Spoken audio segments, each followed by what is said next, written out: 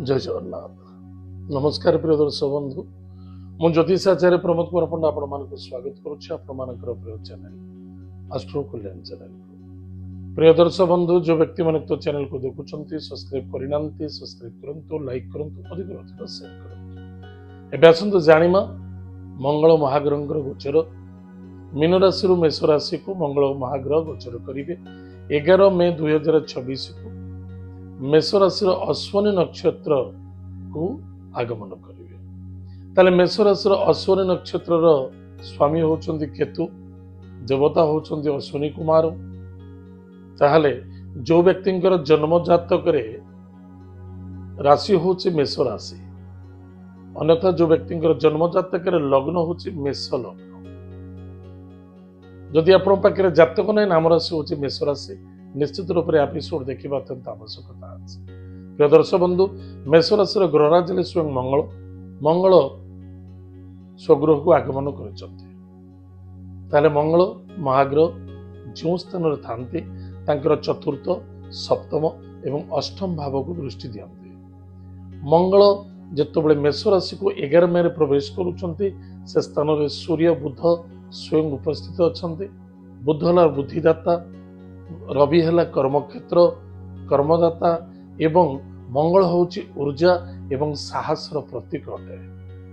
ताले मेष राशि व्यक्ति मानक पई विशेष करी साहस, क्षमता, दक्षताशीलता निश्चित देखा दबो। चाहे से कर्म क्षेत्र रे हो, चाहे व्यापार वाणिज्य क्षेत्र हो, चाहे गृह कार्य हो, निश्चित रूप से सफलता देखा दबो। ताहले आपण जदि किसी गाड़ी किनिबा को चाहुतिले बा किसी प्रॉपर्टी उपरे इन्वेस्टमेंट करने को चाहते बा नूतन गृह निर्माण करने को चाहते, निश्चित रूप से मंगल महाग्रह 4th हाउस को दृष्टि देइछंती, जे कि कर्कट राशि को। कर्कट राशि रे नीच टिके होचंती मंगल जो दृष्टि देइछंती तार निश्चित रूप से सफलता देखा दबो। बाधा आसी पारे, कष्ट आसी पारे, किंतु सफलता देखा दबो। मातांग स्वास्थ्य प्रति ध्यान दबा अत्यंत आवश्यकता अछि। बंधु बांधव ठारू केबे कर्ज नियंतु नाही बा काहाकू कर्ज दियंतु नाही। काहाकू सहयोग करबा को जाई निजे फसी जिबार संभावना देखा दउचे, टिके सावधान रहिबे। वैवाहिक जीवन रे आनंद देखा दबो। जो कूटनीति बा पॉलिटिकल चलीथिला बा पॉलिटिशियन क्षेत्र रे आपण थिले सेतरे आपण को विफलता देखा जाउतिला, ता सफलता देखा जिबार संभावना देखा दउचे। एतद व्यतीत विवाह दाम्पत्य जीवन रे आनंद सुख मधुमय देखा दबो। पुलिस मैटर कोर्ट कचेरी ठार दूरे रहिबा अत्यंत आवश्यकता अछि। दूर यात्रा, विदेश यात्रा, भ्रमण योग अछि। जदि कौनसी विदेश यात्रा करूचंती, आपण टूर एंड ट्रैवल करूचंती, प्रत्येक समय ध्यान देबे। निजर स्वास्थ्य एवं सुरक्षा बहुत आवश्यकता अछि। हठात क्रोधान्वित होगा उचित नहीं।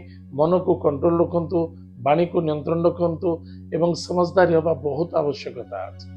अर्थ योग अच्छी, कर्म योग अच्छी एवं सफलता मध्य योग अच्छी। निश्चित रूप से आपणकर मंगल ही हम। ताहले प्रिय दर्शक बंधु, मन रखिथिबे मेष राशि ग्रहराज स्वयं मंगल एवं वृष राशि ग्रहराज हेले मंगल। मंगल जिते मेष राशि रोचंती वृष राशि मध्य दृष्टि दउचंती अष्टम भाव। अष्टम भाव है कौन? शरीर, रोग, आयु, मृत्यु, पीड़ा, उदर के निचले भाग संबंधित रोग, शोक, दुख एवं दूरयात्रा, विदेश यात्रा, भ्रमण योग अटे। ताहले प्रिय दर्शक बंधु, जदि कौन से विदेश यात्रा करने चाहते बा विदेश रे सेटल होगा चाहते, अन्यथा विदेश रे किसी कार्य करने चाहते, ताहले प्लानिंग करंतु, निश्चित रूप से सफलता देखा दबो। अर्थ मध्य प्राप्ति अच्छी, मान सम्मान मध्य प्राप्ति हो, किंतु क्रोध, जिद्दी, अहंकार, इगो ठारू दूरे रहिबा, अन्यथा कष्ट एवं पीड़ा देखा देवार संभावना देखा दउछि। ताहले प्रिय दर्शक बंधु, प्रतिकार कौन करबा?